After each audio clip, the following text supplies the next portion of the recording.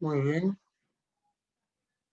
Hola a todos y bienvenidos a este simposio virtual que va a tocar uno de los temas que creo que es fundamental en esta época tan conflictiva de pandemia, como es la prevención primaria y secundaria de las fracturas por fragilidad óseas. Creo que vamos a aprender mucho y vamos a disfrutar de la ciencia, que es de lo que se trata. Pero primero me van a dejar que diga quién lo auspicia. Auspicia la Fundación Española de Osteoporosis y Metabolismo Mineral Óseo, en la que soy el presidente, y también Farmacosalud. Entre los dos hemos pensado que sería muy importante aprender de los expertos y que nos digan qué debemos de mejorar, qué podemos hacer. Por otra parte, está avalado por sociedades tan importantes como la SEIOM, mi amigo Manuel Naves, el presidente, que seguro que estará escuchándonos, y además por la IOF, la International Osteoporosis Foundation, y a ECOSAR, que es la Asociación de Mujeres Osteoporóticas Española. Y además tenemos la suerte y tenemos que desde aquí dar las gracias por la colaboración de UCB y de Amgen, que nos han acompañado en el soporte de este simposio. Pero quiero decirles que la verdad es que hemos tenido también mucha suerte en contar con tres famosos e importantísimos líderes de opinión de este tema, en la que les he pedido, por favor, que nos acompañaran esta tarde, porque sí que me parece un tema preocupante. Por lo menos en mi práctica diaria me he visto con dificultades de cómo poder mantener el ritmo de diagnósticos, de tratamientos, de recetas en este campo que es el poder evitar y prevenir las fracturas por fragilidad óseas. Por lo tanto, yo creo que vamos a disfrutar. Vamos a tener tres speakers tremendos que los tienen aquí. A mi izquierda, el primero, Josep Blanch, le conocen muy bien, reumatólogo, Servicio de Reumatología, Hospital del Mar. Gracias, Josep, por estar con nosotros. Al lado suyo, entre él y yo, que nos ven online, está nuestro gran amigo Javier Calvo, también es reumatólogo, en el Servicio de Reumatología, Hospital General Universitario de Valencia, que también realmente ha querido acompañarnos. Él, por supuesto, Josep está en Barcelona, por otra parte Javier está en Valencia, y aquí tenemos también en Madrid a María Jesús Moro Álvarez, la conocéis muy bien, siempre metida en el mundo de la osteoporosis, en medicina interna, la responsable de la unidad de metabolismo óseo del Hospital Universitario Infanta Leonor aquí en Madrid, que ahora estáis en temas que realmente casi de colapso. Gracias por este ratito que vas a estar con nosotros. Entendemos la preocupación y el cariño y la admiración de todos los médicos a nuestros compañeros. Dicho esto, quiero darles las gracias a ustedes que están ahí delante nuestro y que van a poder, sobre todo lo que importa más, es que hacer que hagan ustedes todas las preguntas del mundo. Esto es para ustedes y por ustedes. Por lo tanto, todo aquel que tenga y quiera hacer una pregunta, saben que lo pueden hacer por mail. Por favor, háganla en el mail de info@farmacosalud.es. Va a aparecer continuamente. Luego van a poder hacerlo con tranquilidad. Muy bien, vamos a ello. Van a ser rápidas presentaciones y quiero presentarles ahora ya con el tema e introduciros a Josep Blanch, ya lo he dicho anteriormente. Él nos va a hablar de un tema candente, ¿no? Fijaros el escenario actual del paciente con riesgo de fractura en este periodo que estamos y cuál es el riesgo que vamos a tener o qué es lo que tenemos que hacer pensando en el futuro tras la pandemia. Luego, Josep, todo tuyo.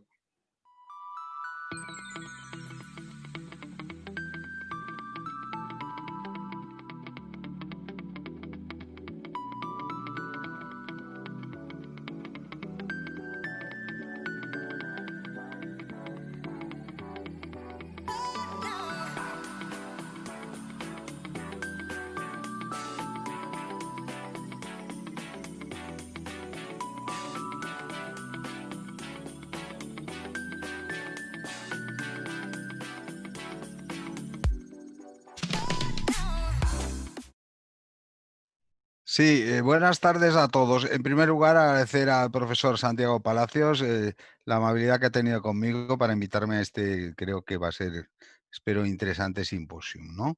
Gracias también a todos los organizadores, todas las sociedades y gracias también a los sponsors, a UCB y a Yangen, y evidentemente a la empresa organizadora que, como veréis, lo está haciendo muy bien. Bueno, pues yo voy a hablar del escenario actual del paciente con riesgo de fracturas por fragilidad y los retos de futuro tras los tiempos de pandemia. Bueno, estos son mis conflictos de interés y este va a ser el guión. Espero que no dure más de 15 minutos. Primero voy a hablar del tamaño del problema, cuál es el tamaño del problema de la osteoporosis en estos momentos, o sea, la carga del mismo en España, sobre todo, y también haciendo unas referencias al problema a nivel europeo, tanto de la prevalencia como de los costes. Después voy a hablar de los retos que representa para la salud pública, o sea, qué impacto representa todo este gran problema, como veréis y como ya sabéis la mayor parte de vosotros, en la salud pública. Voy a hablar también de que ha aparecido al fin, 10 años después del último tratamiento antiosteoporótico, ha aparecido un nuevo chico en el barrio.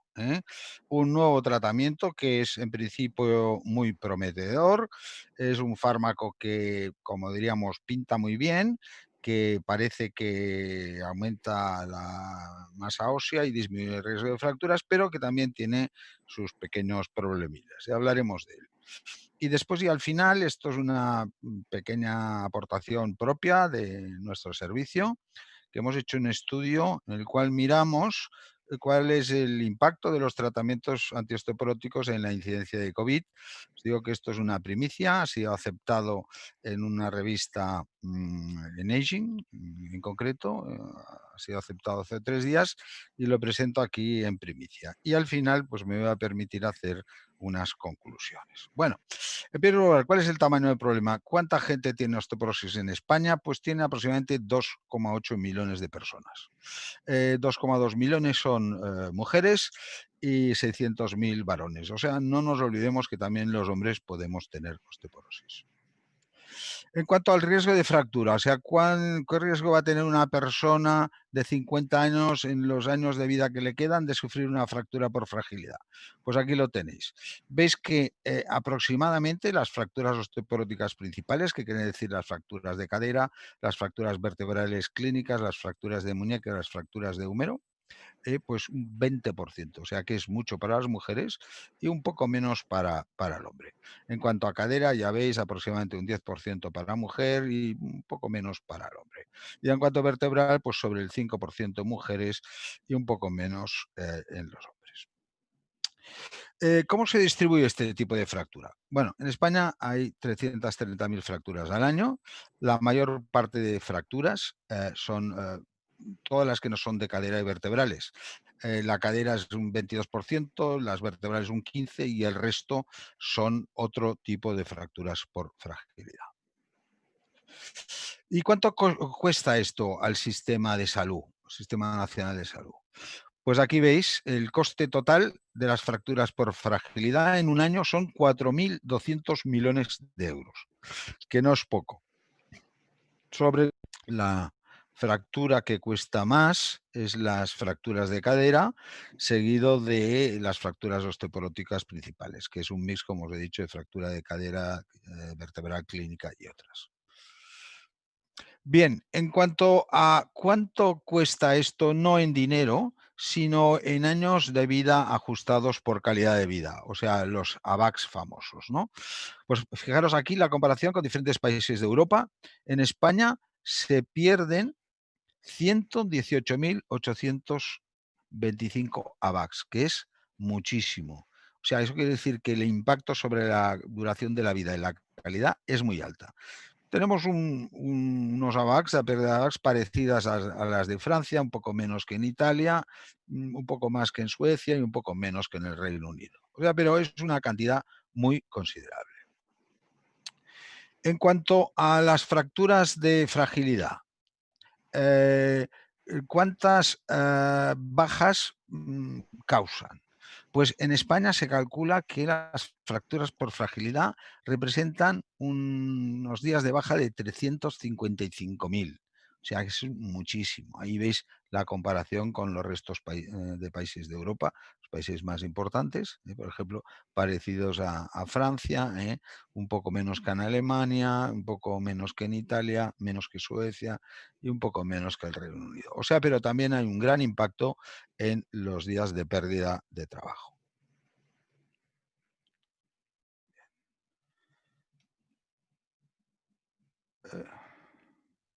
Perdonad. Ahora, en cuanto a las horas de cuidados que representan, son las horas que se dedica a una persona, a una familia, a los familiares de una persona que ha sufrido una fractura de cadera. Pues fijaros que las horas de asistencia después de una fractura de cadera por cada 1.000 habitantes representa en España casi 800, o sea que es mucho. Bien, ¿esto qué contexto entre las prioridades de sanidad pública? Comparando con otro tipo de enfermedades. Por ejemplo, en España, aquí tenemos el riesgo a lo largo de la vida de sufrir una fractura. Lo tenéis aquí a la izquierda, tanto de cadera vertebral como fractura osteoporótica mayor, comparado con el riesgo de sufrir un accidente cerebrovascular en entidades parecidas. Y en cambio la osteoporosis es una de las grandes olvidadas. Si comparamos los ABATS, esto quiere decir los años de vida ajustados por discapacidad, fijaros que las fracturas comparado con accidente cerebrovascular, comparado con cardiopatía isquémica, comparado con cáncer de pulmón, pues son tamaños parecidos. Bien, en cuanto a qué va a pasar con en el tiempo, o sea, cuál es la proyección. ¿Qué va a pasar en el 2030? Debido principalmente al envejecimiento poblacional, el número de fracturas que se prevé que van a haber en el 2030 va a subir muchísimo, todas, tanto las vertebrales, las de cadera, como las fracturas osteoporóticas principales. O sea que el problema con el paso del tiempo va a ser cada vez más importante. Y en cuanto a los costes, hemos dicho que ahora cuestan 4.200 millones de euros. En el 2030, este coste va a alcanzar los 5.500 millones de euros. O sea que el tamaño del problema en cuanto a costes será también muy alto. Bueno, no solo en costes, sino también en ABATS, ¿no? Se prevé un incremento desde el 2017 hasta el 2030 de un incremento de casi un 30% en ABATS en España, o sea que también va a ser, es ya un gran problema, pero va a ser un problema mucho mayor dentro de relativamente poco. O sea que algo se tiene que hacer, algo tienen que hacer nuestras autoridades, nuestros dirigentes del sistema de salud para abordar este problema. Una de las cosas que es muy importante conocer, es una cosa que se conoce desde hace ya relativamente tiempo, pero cada vez adquiere más importancia, es el concepto de riesgo inminente de fractura. Cuando cuando una persona se fractura, esta fractura conduce a un incremento del riesgo de sufrir otra fractura nueva. Esto se llama riesgo inminente porque este riesgo, como ves en la diapositiva, se incrementa muchísimo en el primer y el segundo año. Entonces, es importante actuar a ese nivel, o sea, actuar al principio, en el primer año si es posible, porque de esta forma podremos evitar muchas nuevas fracturas por fragilidad. Otro problema que hay es que en la gran mayoría de países, en España también, los pacientes no reciben tratamiento antiosteoporótico después de sufrir la primera fractura. Fijaros, por ejemplo, en fractura de cadera, en España menos del 70% reciben tratamiento. O sea que verdaderamente aquí hay un gap, hay un agujero muy importante que de alguna forma se tiene que llenar. Una de las formas de afrontar este problema lo va a hablar con más autoridad que yo, la doctora Moro, que es la encargada de un programa que está llevando la SEIOM, de implantación de las Fracture Liaison Services, que son las unidades de coordinación de fractura.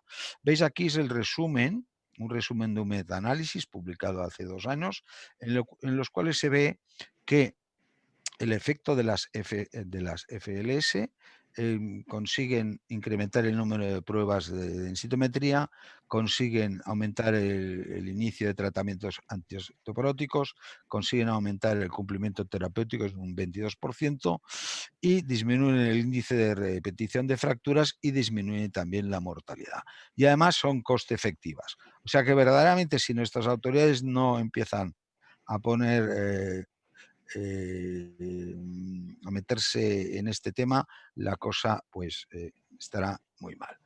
Aquí me he permitido, y voy a ir muy rápido, decir o proponer una serie de acciones que tendrían que realizar de acuerdo con la IOF todas las autoridades de los países que tienen este problema, que son la mayor parte del mundo. Primero, priorizar la prevención de fracturas secundarias, esto es súper importante, crear protocolos asistenciales nacionales, por ejemplo, código de fractura, respaldar el desarrollo y la implantación de modelos de asistencia postfractura, reforzar los registros de seguimiento, elaborar guías para reducir las listas de espera de las intervenciones quirúrgicas tras la fractura de cadera, mejorar y armonizar la asistencia postfractura a través de indicadores y de normas de calidad y realizar campañas de sensibilización y de compromiso de los pacientes. Bueno, en cuanto al chico que ha aparecido en el mundo de la osteoporosis, es el romosozumab, como la mayor parte de ustedes, todos ustedes conocen. El romosozumab es un anticuerpo monoclonal que se dirige contra la esclerostina. La esclerostina es una sustancia secretada por los osteocitos que actúa disminuyendo, frenando la actividad osteoblástica. Entonces, la esclerostina se ha desarrollado un anticuerpo.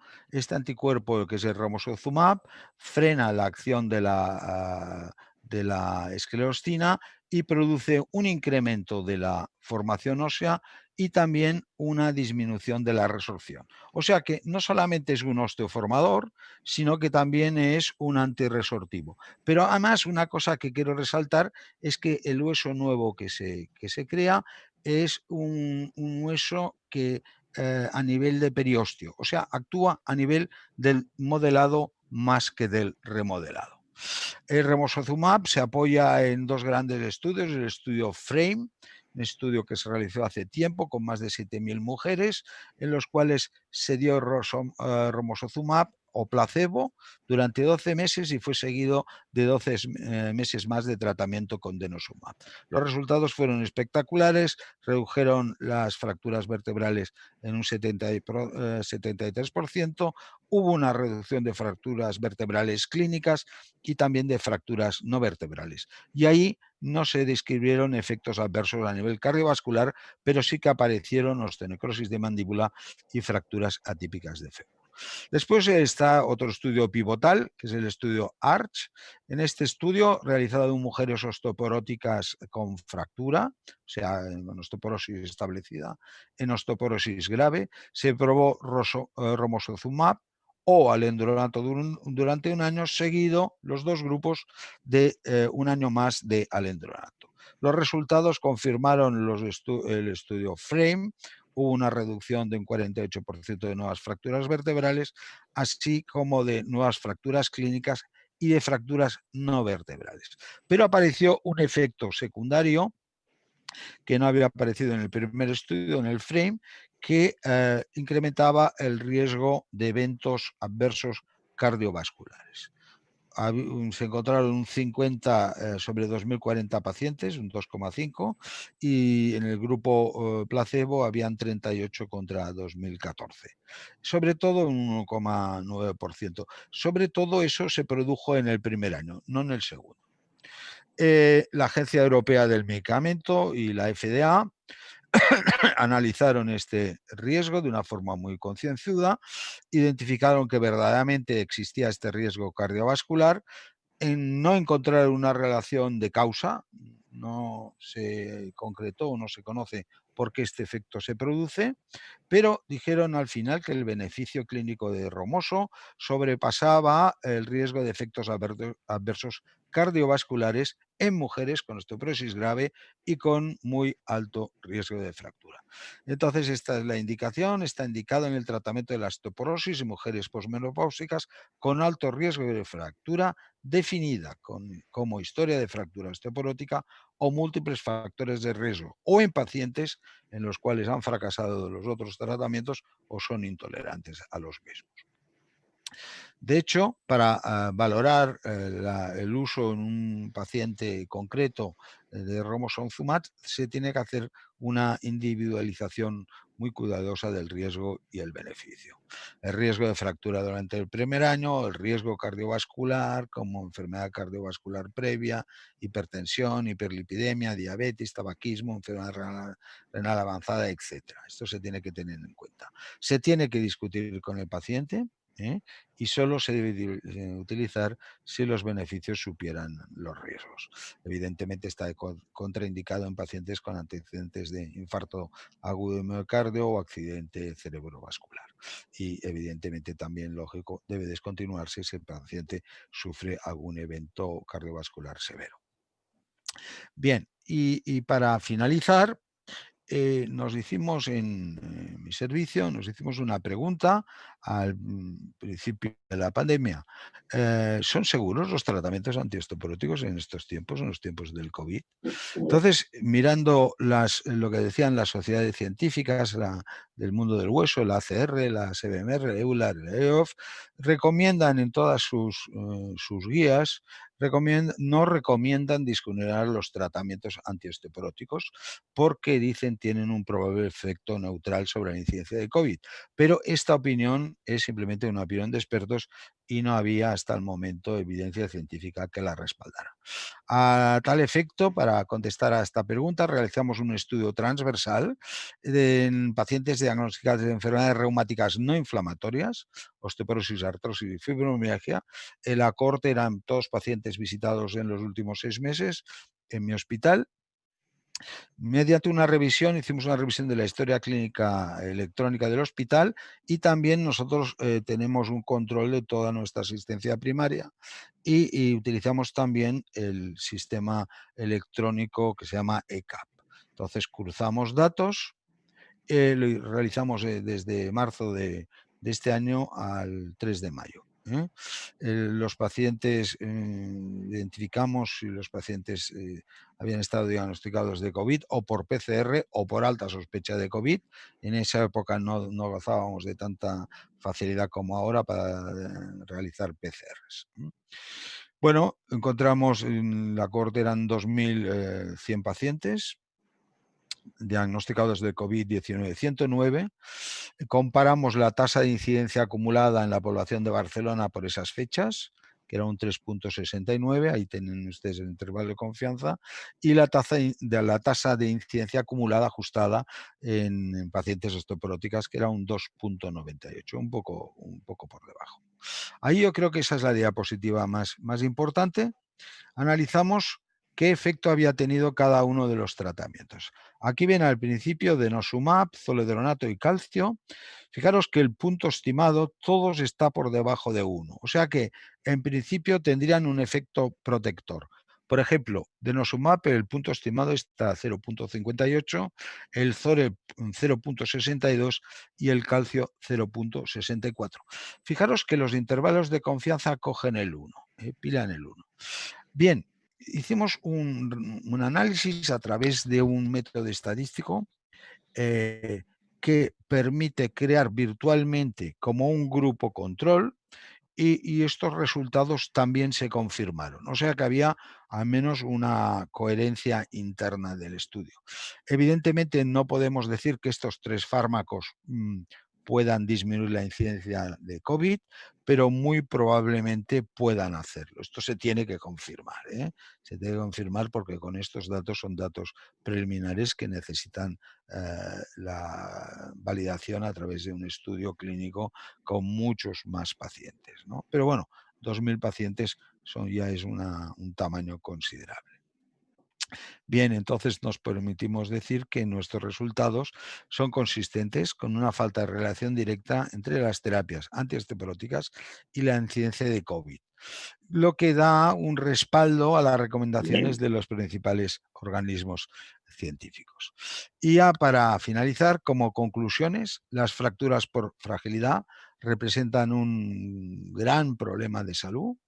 La carga sobre el sistema sanitario es muy considerable, 4.200 millones al año.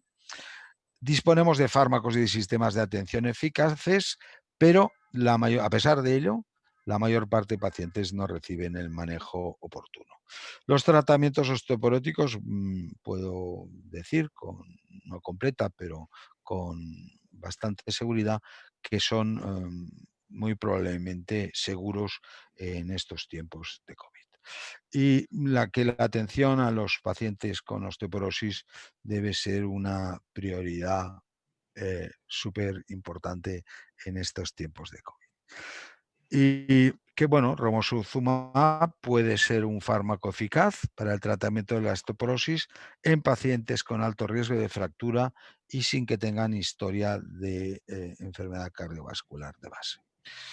Bueno, pues como he dicho, la atención a la osteoporosis creo que continúa o es el patito feo de la asistencia en España de las enfermedades crónicas, ¿eh?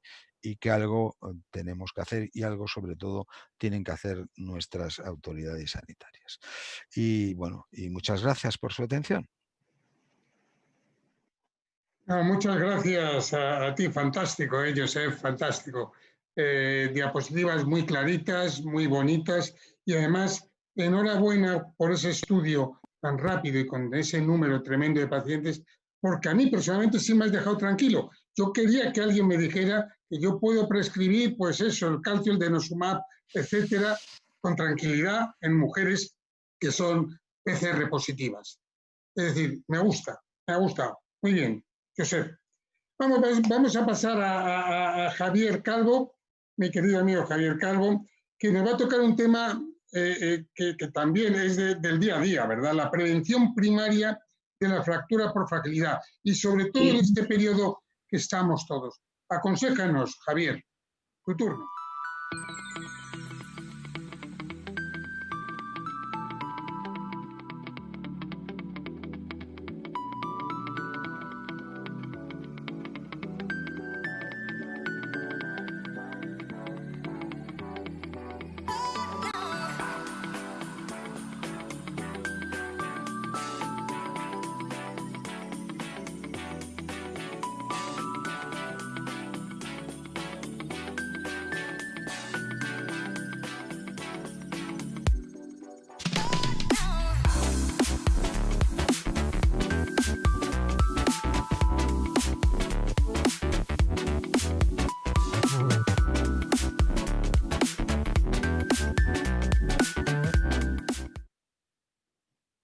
Bueno, buenas tardes a todos. Me uno a los agradecimientos a organizadores, a la industria colaboradora como siempre y sobre todo doy las gracias a FUEMO y al doctor Palacios por permitirme estar con todos ustedes en esta tarde y compartiendo esta mesa con dos ponentes y un moderador tan exquisitos. Mi parte va a ser la prevención primaria de la fractura por fragilidad y su manejo. La prevención es fundamental en todas las enfermedades crónicas y más cuando son asintomáticas, como es el caso de la osteoporosis. Es mucho mejor llegar a no padecer síntomas, a no tener síntomas y prevenir que no aparezca. La OMS ya desde el año 98 define la prevención como todas aquellas medidas que son destinadas a prevenir la aparición de la enfermedad, sus factores de riesgo, pero también a hacer que no avance la enfermedad y que sí aparece que esté establecida o con la menos sintomatología y mejor evolución posible. La prevención, como todos saben, puede ser primaria, secundaria o terciaria, y yo voy a hablarles en estos 15 minutos de la prevención primaria. La prevención primaria en osteoporosis irá dirigida a disminuir la prevalencia de la enfermedad. Son todas aquellas medidas orientadas a que disminuya o evite la aparición de esta enfermedad. No la podemos evitar, pero sí intentar disminuirla, y mediante el control de los factores que la originan y de los factores predisponentes, que es de lo que vamos a hablar. ¿Y por qué esta prevención? El definirles a ustedes el pico de masa ósea a una audiencia interesada con este tema, pues es un poco absurdo, pero ya saben que el pico de masa ósea es la mayor cantidad de masa ósea que se alcanza sobre los 30 años, que es mayor en hombres que en mujeres, y que luego la pérdida que se ocasiona a partir de esta edad va a ser mayor en las mujeres por los efectos hormonales. La alteración ósea en la microarquitectura que se produce por esta pérdida de masa ósea va a ser irreversible. Por lo tanto, hemos de intentar que no se estropee esa cantidad de hueso. Hemos de conseguir un buen pico de masa ósea, eso será el principal objetivo de esta prevención primaria, y el segundo objetivo es disminuir esa pérdida, digamos, fisiológica, aunque no sea tan fisiológica. Vamos a ver qué factores, primero hablando del primer objetivo, máximo pico de masa ósea, hay unos factores que van a intervenir en maximizar este pico. Algunos no van a ser modificables, los factores genéticos aquí son importantísimos, alrededor del 70-80%, y hay unos factores hormonales que tampoco los vamos a poder modificar. Sí que son modificables el resto de factores, como es la dieta, sobre todo nos hablaremos del calcio y de la vitamina D, el ejercicio, llevar una vida saludable, evitando los tóxicos que siempre prohibimos a todos como norma los médicos, tabaco, alcohol y café, moderadamente no hay problema. Hay unas enfermedades osteopenizantes y unos fármacos a su vez osteopenizantes. De todos estos factores ahora después hablaremos un poco minuciosamente. El segundo objetivo va a ser disminuir la pérdida fisiológica de esa masa ósea. Ya hemos dicho que sobre los 30 años va disminuyendo. Como ven ustedes, esa disminución es mayor en las mujeres a partir de la edad de la menopausia.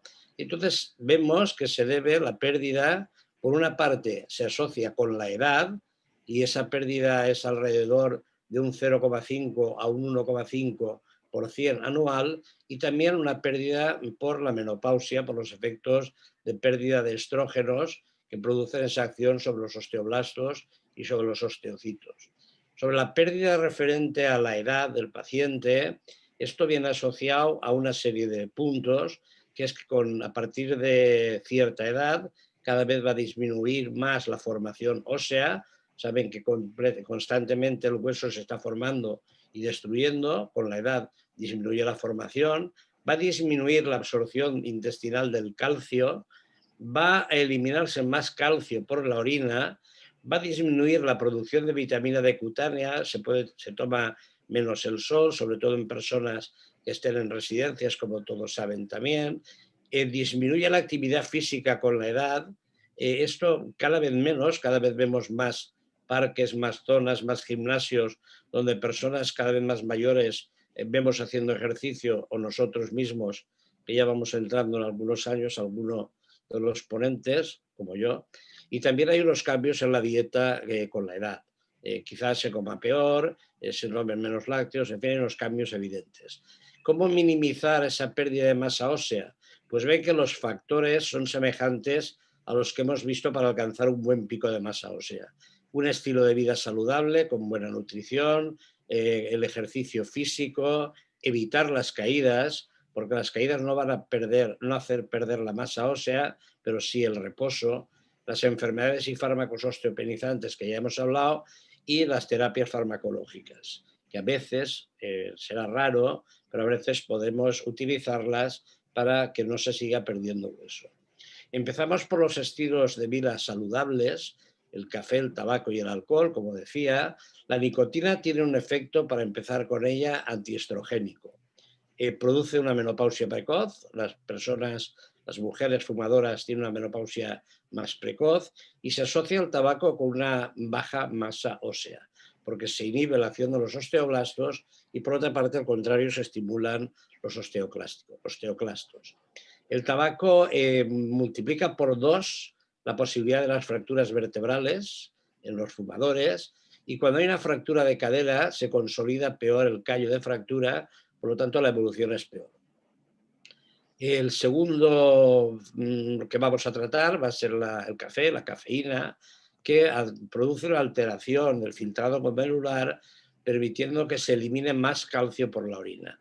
Esto va a depender del consumo de cafés y todo con moderación es bueno. Incluso hay estudios que dicen que moderadas tomas de café pueden mejorar, tener un efecto positivo en las personas que lo consumen. Por último, el alcohol, que quizás es el que nos pueda dar más problemas. Su consumo excesivo se relaciona con baja densidad mineral ósea. Saben ustedes que hasta hace poco, cuando veíamos un varón con osteoporosis, siempre le preguntábamos si era alcohólico. El consumo moderado de alcohol, sin embargo, hay estudios también, como el que tienen aquí referenciado, que se considera que puede mejorar la densidad mineral ósea, y el consumo moderado pues lo estimamos en 2 unidades en mujeres, 3 en varones. El alcohol, por otra parte, inhibe la acción de los osteoblastos también, aumenta la paratormona y puede tener un efecto hormonal, antihormonal en el varón, produciendo ese aumento de esa disminución de la masa ósea por esa alteración hormonal en el sexo masculino.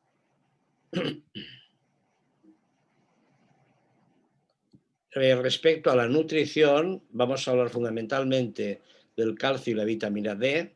Una dieta pobre en calcio siempre va a producir o a colaborar en que haya una hipocalcemia, lo que estimulará la formación de paratormona y eso alterará la resorción ósea. Esa dieta pobre en calcio debemos evitarla desde niños y acostumbrarnos a volver a nuestra época y almorzar y merendar más lácteos, como se hacía antes, y no otras meriendas como ahora. La osteoporosis siempre se diagnostica en mayores, pero se dice que se gesta en la infancia. Respecto a la vitamina D, saben todos que es importante para la absorción correcta del calcio y la mineralización ósea, pero además contribuye a mejorar la función muscular y el equilibrio, evitando caídas en un porcentaje importante, como en este estudio de la doctora Ferrari, que reducía en un 22% el riesgo de caídas y por tanto de fracturas. Las dosis adecuadas de calcio y vitamina D hacen que se pierda menos masa ósea y que aumente, por lo tanto, la masa ósea.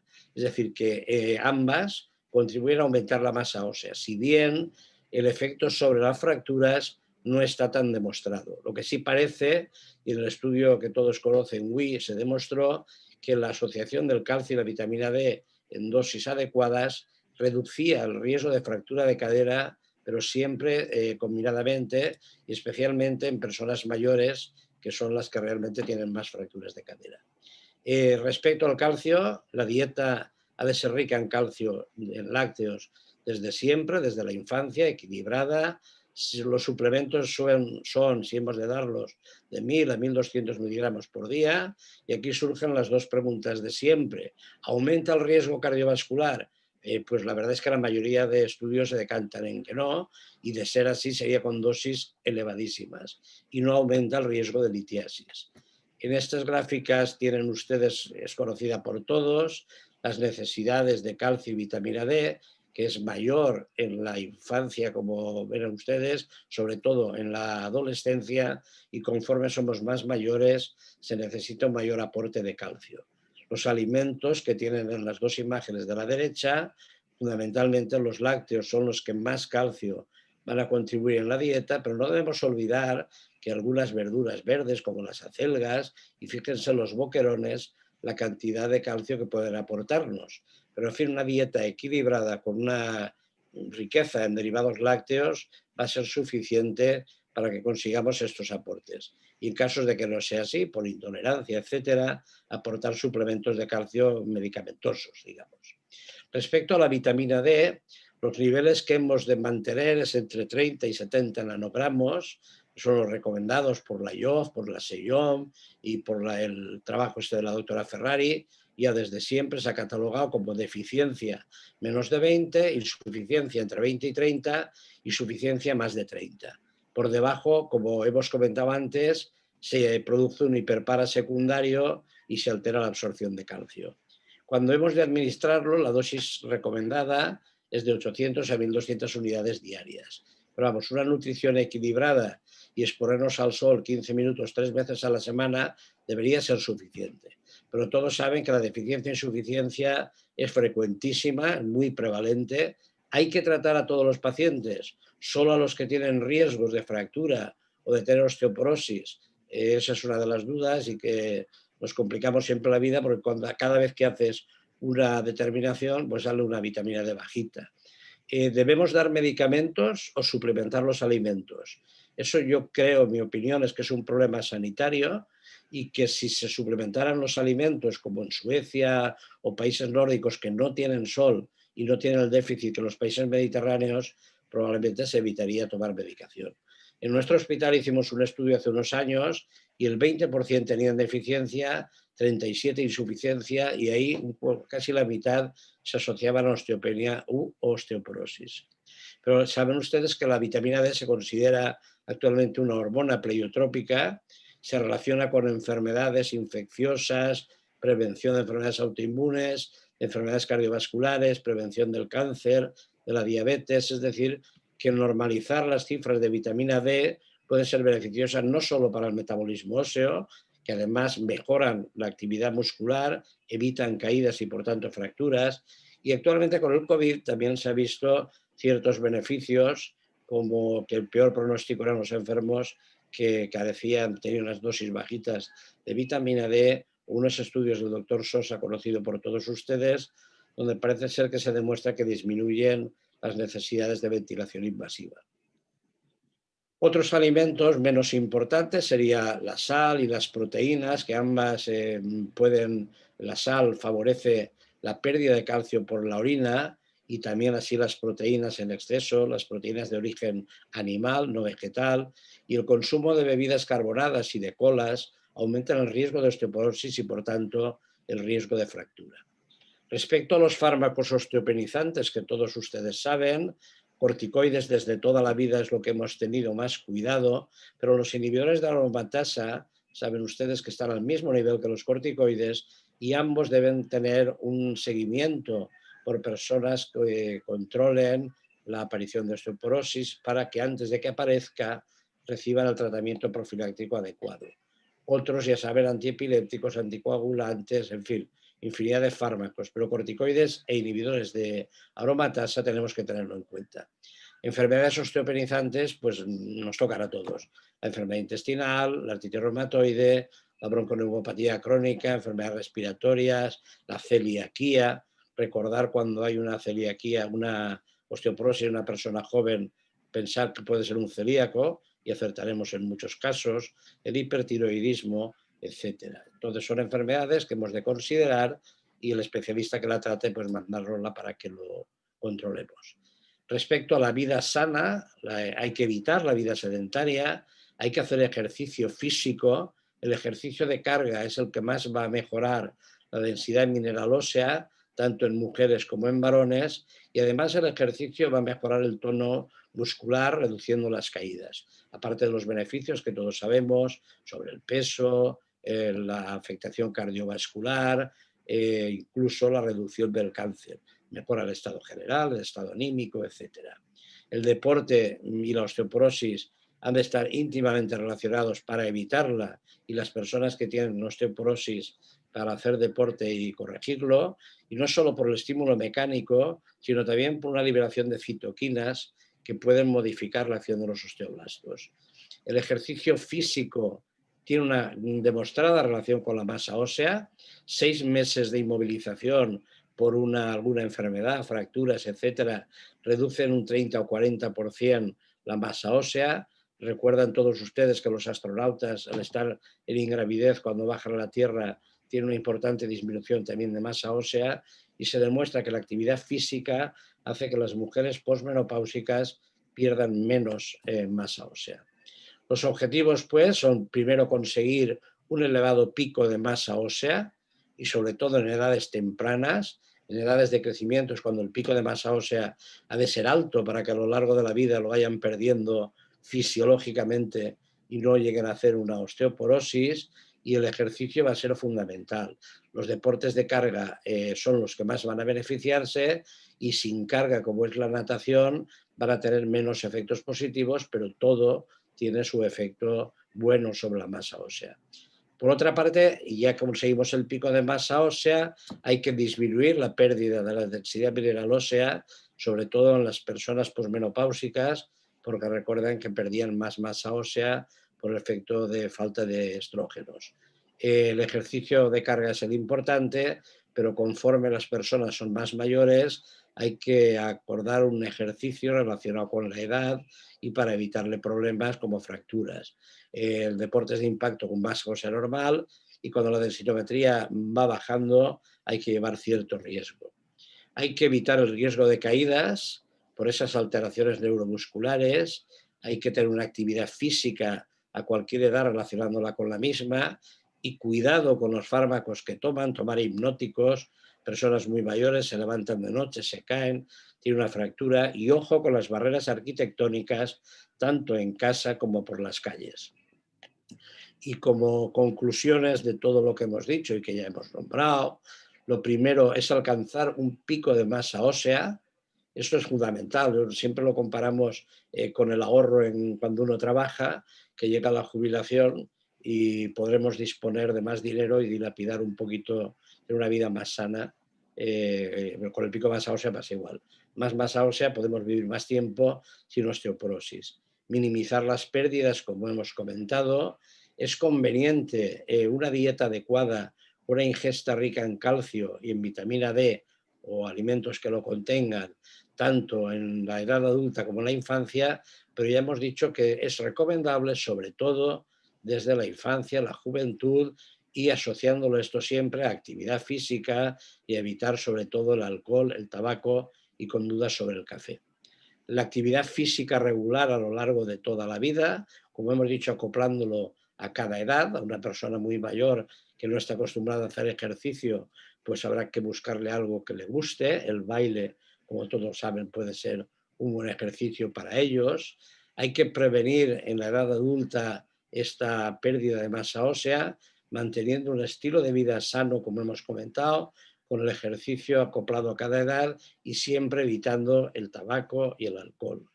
La ingesta de calcio diaria debemos conseguir esos 1.200 miligramos y de vitamina D, si hay que suplementarlo, con 400, 800 unidades, teniendo en cuenta que la vitamina D en España poco podemos mejorarla con la alimentación porque saben que hay muy pocos alimentos suplementados, pero hay que buscarlos y conseguir en lo posible consumir estos alimentos. Es fundamental mantener los niveles adecuados de vitamina D por todo lo que hemos dicho. Difícilmente, pero si hace falta, podemos recurrir a una terapia farmacológica para prevenir la osteoporosis y cuando el riesgo de fractura que nos comentarán a continuación lo valoraremos no solo con la densidad mineral ósea, sino valorando los factores de riesgo mediante el FRAX o sin más, los que estemos acostumbrados a ellos los conocemos. Si el riesgo de fractura es elevado, pues los SER en mujeres jóvenes o los bifosfonatos se considerarían una primera elección para la prevención de la osteoporosis y de las fracturas. Y con ello finalizado. Esto es un parque de 10 kilómetros que tenemos en Valencia y cuando vas por la tarde parece la salida de los toros de gente haciendo ejercicio y como decía hay gente joven, gente mayor, andando, bicicleta, haciendo tai chi, de todo, lo cual significa que estamos muy mentalizados a que con la prevención podemos evitar la evolución de la osteoporosis y la aparición de las fracturas tan temibles, sobre todo de cadera. Muchas gracias a todos. Muchas gracias, querido amigo, querido Javier. La verdad es que ha sido contundente. Y por cierto, está habiendo un montón de preguntas que están aquí calentando el ambiente. Tengo la verdad que vamos a tener que ir en las preguntas con contestaciones rápidas, porque hay muchísimas. Bueno, ese estado estupendo, la verdad. Y vamos a pasar a nuestra querida doctora Moro, a María Jesús, que, bueno, ella nos va a hablar del tema que queda, ¿verdad? El tema que nos queda está muy claro, que es la prevención secundaria. Pero yo me gustaría que María Jesús no hablara solo de la prevención secundaria, sino que hablara también de lo importante que es la adherencia y cómo podemos mejorar esa adherencia. Luego, María Jesús, ya sabes, tienes tu tiempo para hablarnos de la prevención secundaria y la adherencia en este importante tema de fracturas por fragilidad. Muchas gracias, Santiago.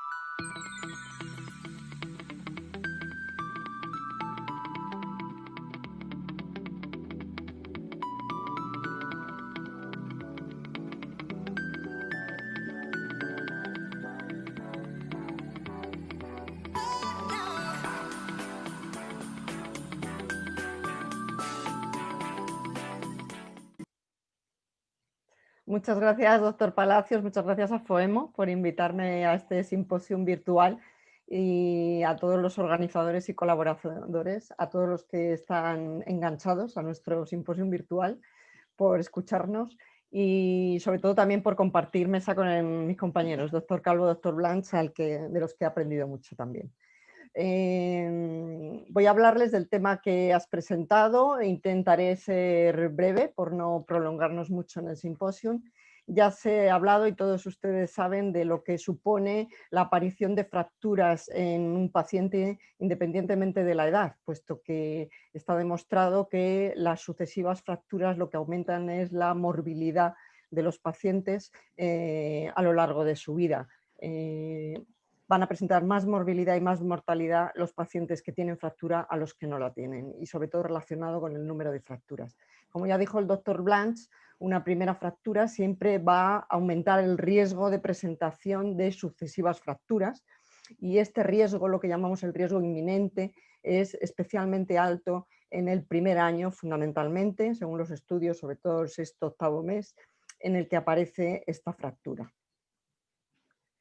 Por ello, nuestro objetivo, digamos, en el manejo de esta enfermedad, de la osteoporosis y de la fractura por fragilidad, ha cambiado un poco en los últimos años, en el sentido de que hemos pasado a hablar más de tratamiento de la fractura por fragilidad o de prevención secundaria, más que de tratamiento de la osteoporosis. Por eso quería empezar un poquito hablando de qué supone la prevención secundaria.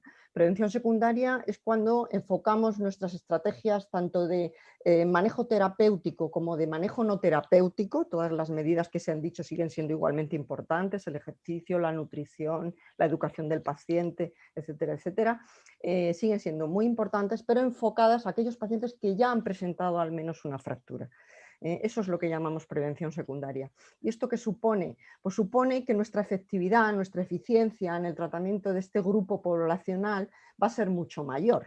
Es decir, vamos a manejar un número más pequeño de pacientes en el que vamos a obtener un beneficio muchísimo mayor de todas nuestras acciones terapéuticas sobre estos pacientes.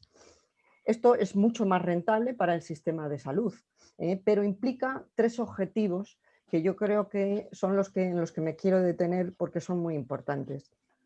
El objetivo de la prevención secundaria, o sea, de que nosotros tratemos adecuadamente a estos pacientes que ya han presentado al menos una fractura, es identificar el número de fracturas que tiene un paciente en ese momento, es decir, lo antes posible, a ser posible, en el primer año en que ocurre esta fractura, hacer una evaluación correcta, una educación sanitaria correcta, iniciar un tratamiento y sobre todo hacer un seguimiento adecuado. Y ahí dentro de ese seguimiento, lo que les lo hablaré luego más adelante, es de hacer que cumpla bien el tratamiento valorando la adherencia que está teniendo. Pero hay otros dos objetivos que, aunque los pongo como secundarios, son muy importantes y que implica también la prevención secundaria. Y es que con ello vamos a conseguir no solamente disminuir esa morbilidad de la que hablaba antes, sino disminuir la tasa de nuevas fracturas, tanto en esta población como a nivel individual, y sobre todo reducir costes. O sea, damos al sistema sociosanitario un beneficio que es realmente coste efectivo. ¿Qué datos tenemos? Tenemos muchos datos ya. Voy a, por abreviar, solamente ponerles el informe que hizo la IOF, basándose en los datos epidemiológicos que tenemos en España, con ciertas premisas que es verdad que son difíciles de cumplir, que es, digamos, haber identificado muy bien a los pacientes, haber hecho muy bien la adherencia de estos pacientes al tratamiento y que en esas condiciones y bajo un manejo estratégico en las FLS, es decir, en las unidades de fractura, conseguiríamos reducir la incidencia de fracturas de cadera solamente en un año, o sea, anualmente, en un número de 2.600 fracturas. Esto, digamos, efectivamente es una estimación, ya les digo que es una estimación muy optimista en el sentido de que implica muy buena adherencia por parte de estos pacientes, lo que sugiere este informe, lo que en la vida real no es tanto, ¿no? Pero es verdad que disminuiríamos una tasa muy importante de fracturas y otros estudios que por tiempo no puedo presentarles, sí que han demostrado que en la vida real, aunque no alcance este número tan alto de prevención, sí que se ha disminuido en todos los estudios y metaanálisis de FLS la tasa de fracturas. ¿Qué implica la acción de muchos actores en una FLS? Yo aquí ya quería un poco adelantarme y decirles que actores somos todos, probablemente los que manejamos esta patología, este tipo de pacientes, pero que un papel muy importante tiene la atención primaria. O sea que la prevención secundaria no solamente es un privilegio, digamos, de la atención especializada, sino que tiene que apoyarse o tiene una pata muy importante también en la atención primaria. ¿Por qué? Porque las fracturas de cadera las identifica especializada, pero las fracturas, digamos, que no son de cadera, todo el resto del que hablaba el doctor Blanch, muchas veces las vertebrales, sobre todo, las identifica el médico de atención primaria. Con lo cual, ellos tienen un papel también en la prevención e identificación de estos pacientes. Ellos tienen que seguir ese tratamiento de una forma más cercana, más individualizada a veces que nosotros los especialistas y sobre todo tienen más posibilidad de un seguimiento a largo plazo de lo que podemos tener a nivel del hospital. Por eso quería recalcar la figura de atención primaria dentro de una FLS. ¿Qué problema tenemos? Pues que cuando ponemos un tratamiento, como estábamos hablando, es importante la primera indicación, la primera prescripción. Pero desde luego los resultados, ¿por qué no son tan óptimos en la vida real como en un ensayo clínico? Pues obviamente porque en la vida real están estos otros elementos. No solamente la primera prescripción, o sea, la eficacia que tiene ese fármaco, sino que es importante la tolerabilidad que ese fármaco tiene en determinado paciente al que estamos tratando y sobre todo la actitud de ese paciente, o sea, qué adherencia y qué persistencia tiene al tratamiento. Y esto es lo que hace que en la vida real pues, los resultados, digamos, sean subóptimos.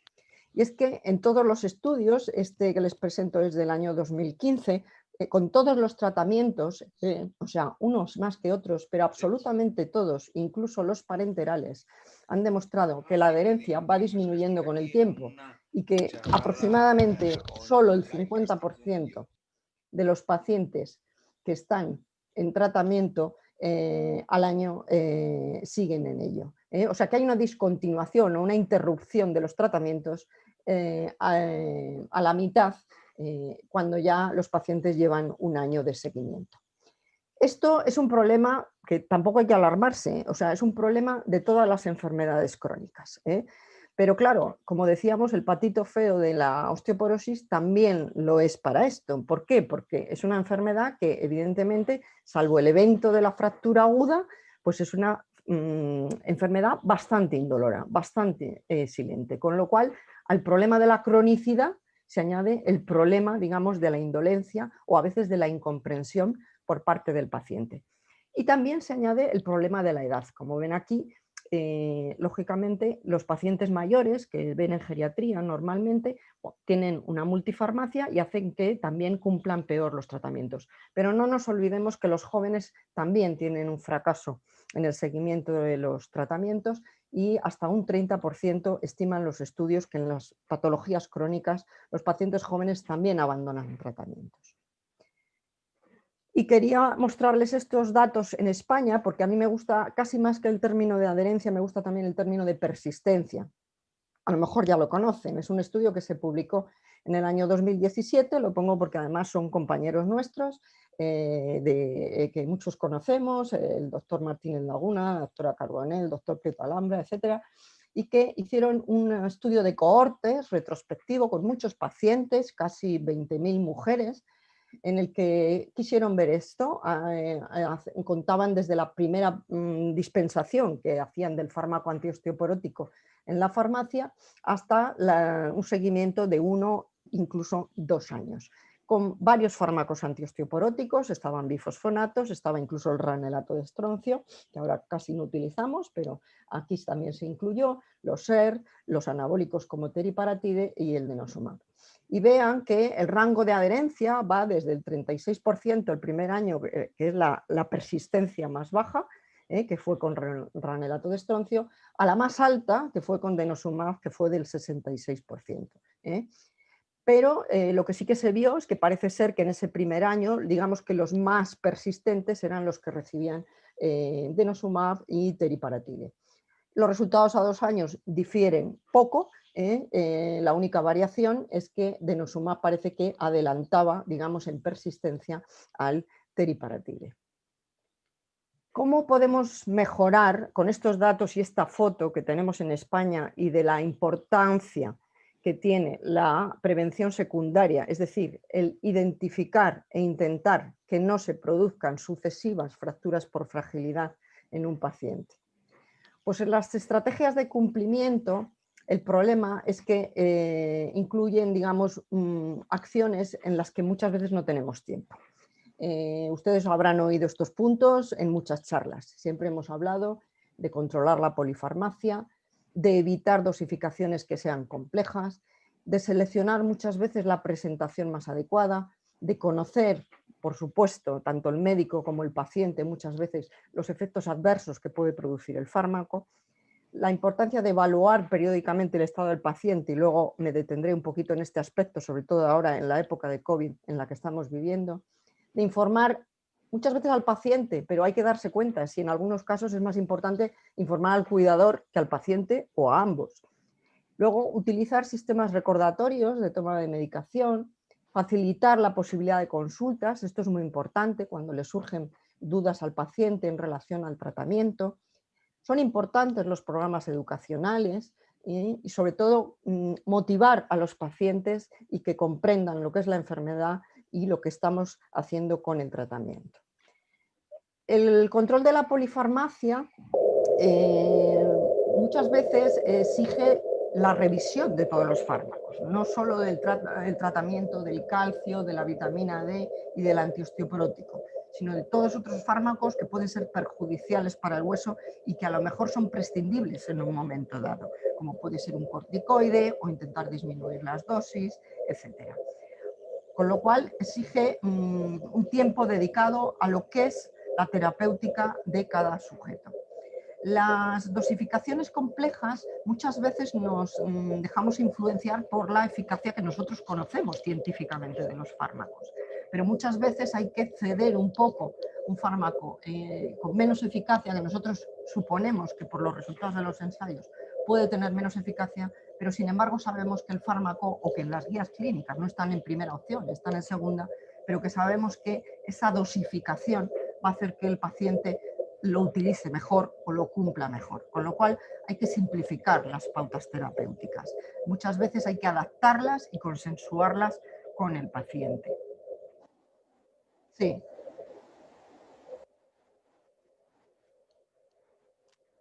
Perdonar un poquito porque me avisan que hay un problema con el audio, no sé desde cuándo, pero vamos a intentar solucionarlo.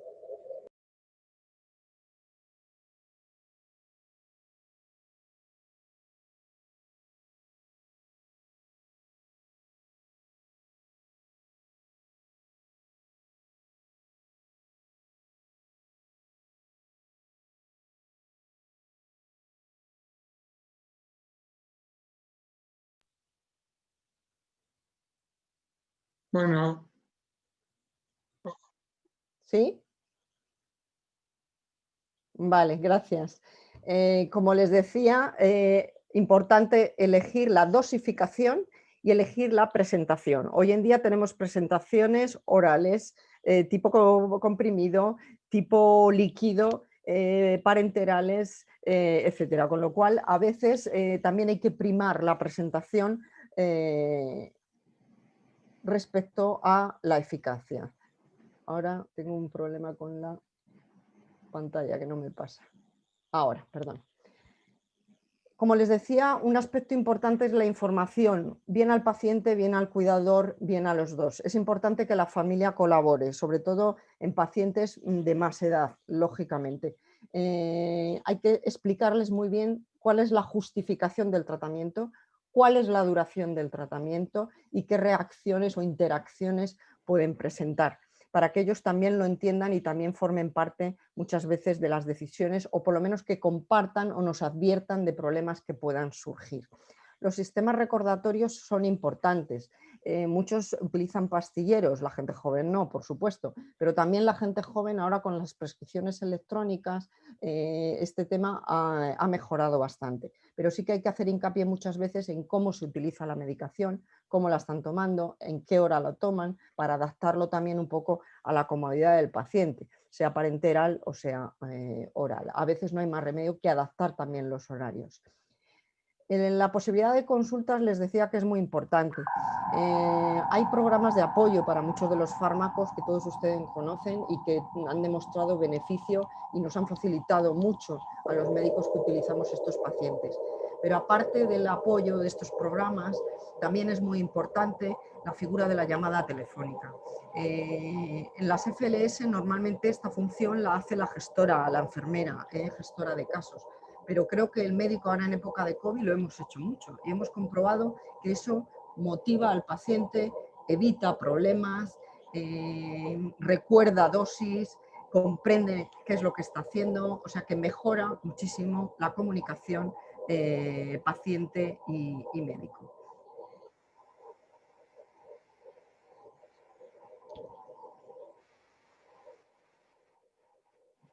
Perdón, no sé qué pasa, el audio se ha ido otra vez.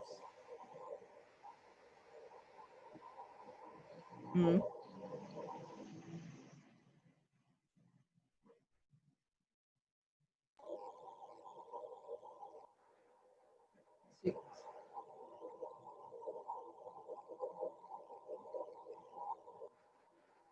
A ver, vamos a intentarlo.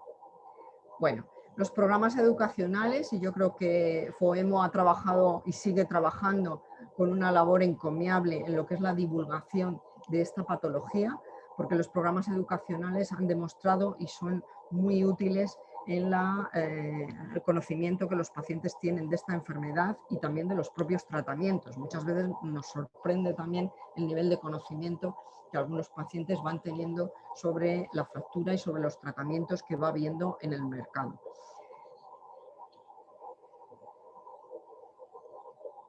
Ahora no me pasa la presentación.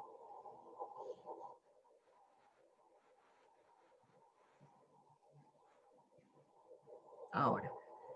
Bueno, he pasado un poquito por encima, pero en general todos estos aspectos que son comunes a otras enfermedades crónicas hay que combinarlos, individualizarlos en cada paciente, porque en un momento dado va a ser más importante la implicación del paciente, en otro momento dado la implicación del médico o de la enfermera.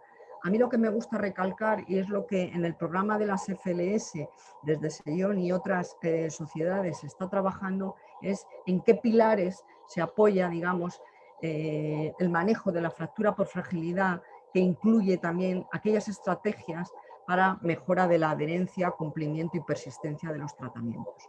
Y hay tres patas que yo considero fundamentales. La del área médica dentro de la FLS.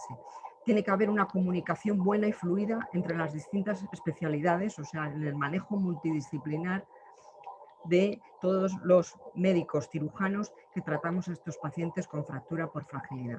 Y como he dicho antes, tanto a nivel del hospital, a nivel hospitalario, como a nivel de atención primaria. Es importante este modelo que incluya además un especialista o coordinador de referencia, tanto en el hospital como uno por cada centro de salud. Otra segunda pata sería el área de enfermería. Lo podemos llamar gestora de casos, lo podemos llamar enfermeras de enlace. Es importante que haya enfermera, gestora o de enlace en cada centro de salud y en la FLS a nivel del hospital de referencia. Y la tercera parte que también estamos trabajando y que parece muy importante en las estrategias para mejorar la adherencia es el área de farmacia, sobre todo desde que existen los programas de prescripción electrónica, que son compartidos entre el farmacéutico y el médico. O sea, en la Comunidad de Madrid tenemos el MOP, pero ya existen modelos similares a nivel de otras comunidades autónomas, con lo cual ahora más que nunca este trabajo para que el paciente, digamos, esté arropado y asesorado sobre el tratamiento de la osteoporosis también creo que debe incluir el área de los farmacéuticos, por la proximidad que estos pacientes tienen a su farmacéutico también, ¿no? Y yo creo que esto ha sido un poquito el resumen, he ido a lo mejor un poquito rápida, pero creo que recordar nociones que son importantes para intentar mejorar los datos y resultados en el manejo de la fractura y sobre todo en la adherencia que nuestros pacientes hacen al tratamiento. Muchísimas gracias, María Jesús. La verdad es que para un tema complejo lo has hecho muy breve y muy claro. Es cierto que ha habido esas interferencias, pero bueno, sin algún problema técnico esto no sería real, ¿no? Y lo es. Pero muchas gracias. Mira, yo voy a ir rápido porque tengo un montón de preguntas y entonces, como sí quiero, voy a daros una vuelta a los dos. O sea, voy a hacer una pregunta primero a Josep, después a Javier, después a María Jesús y después otra pregunta más. Y ya con eso acabamos, porque la verdad es que tengo mucho. Voy a empezar con un tirón de orejas que me han hecho a mí, pero con elegancia. Manuel de Granada dice que sería mejor, en lugar de poner manejar en el título, sería mejor tratar, porque lo que se tiene que hacer es tratar, no manejar. Bueno, yo la verdad es que en semántica no lo sé, pero le prometo que me lo voy a empollar, me lo voy a estudiar y lo voy a hacer. Y además lo dice, oye, sin acritud, que a veces está estupendo. Pues nada, gracias, Manuel. Un abrazo. Vamos a empezar contigo, Josep. Primera pregunta. ¿Hay algún estudio, y contesta rápido, head to head, de romosozumab respecto a teriparatida? Y otra persona que dice, también otra pregunta, ¿tienes experiencia tú tratando con romosozumab? A la segunda, no. Aún no, porque no está comercializado en España. No. Y a la primera, sí. Hay un estudio que se llama Structure, que se publicó hace 1 o 2 años. La primera era del grupo de la doctora Bente Langdal, danesa, en el cual compara la eficacia de romosozumab contra teriparatida en pacientes que habían sido tratadas previamente con bifosfonatos, el último año con alendronato. Y romosozumab, demuestra superioridad en cuanto a los cambios en DMO. Claro, es un estudio que solamente mide por el escaso tiempo cambios en DMO con respecto a teriparatida. Sí, hay un estudio head to head. Muchas gracias, ha quedado clarísimo. Javier, nos pregunta Juan de Barcelona una pregunta que dice, bien, ¿podrías decirme si has dicho que el alcohol puede mejorar un poquito más el vino blanco, el vino tinto, la cerveza? ¿Qué tipo de alcohol o con qué tipo de alcohol hay estudios? Muy específico. Que yo sepa, hay estudios con la cerveza que mejora la densidad mineral ósea y si va asociada a jabón, más. El vino blanco tinto, yo no me suelo ver nada. Bueno, pues ligando, ¿Cómo sabéis? Sí. Ligado a esto, hay otra pregunta muy parecida, también de alimentación, y ya te la hago, es, claro, la teína sabemos que ayuda, igual que la cafeína, a que se expulse más calcio. Pero te dicen, ¿cuál es peor? ¿El té negro o verde? No soy racista, no tengo ni idea. No, yo sí lo sé, porque yo soy muy de té. Claro, quien tiene más teína de todos es el negro, El verde es medio, que está entre 8 y 16 miligramos, y el rojo es el que tiene menos teína. Luego el mejor es el rojo y el peor el negro. Porque eso sé que me lo he estudiado porque soy un cafetero, digo, soy una persona que adora el té y por la mañana tomo café, pero después tomo té. Bien, muchas gracias. Te vamos a hacer otra pregunta a María Jesús, que es una pregunta bueno, que yo creo que tiene su peso y muy práctica.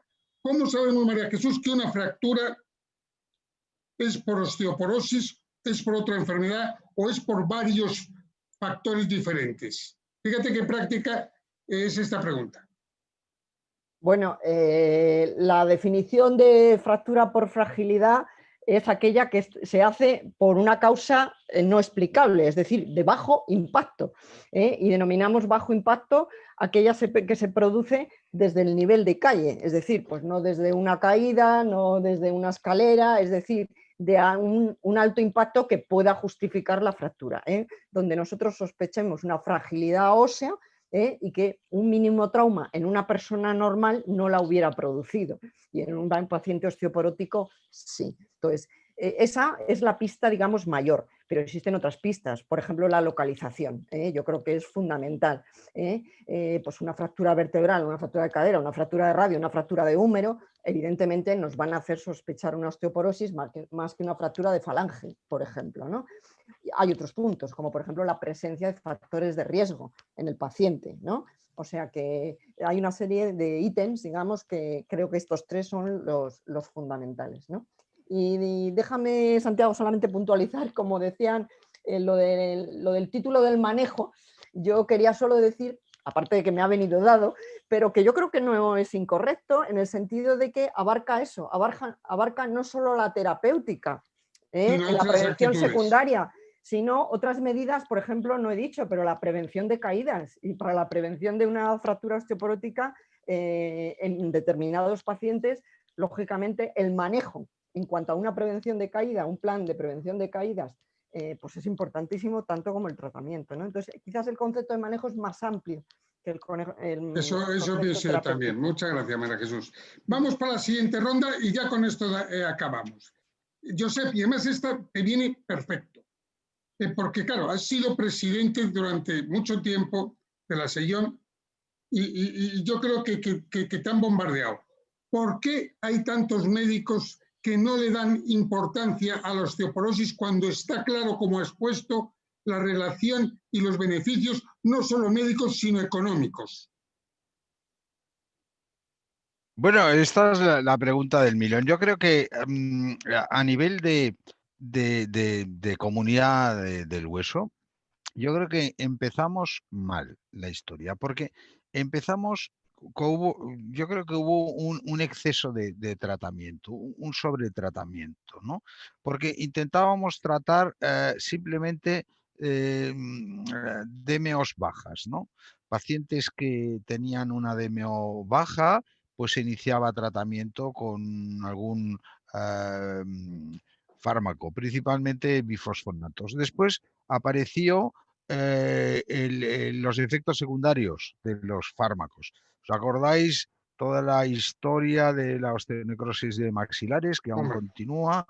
¿Os acordáis toda la historia de las fracturas de fémur?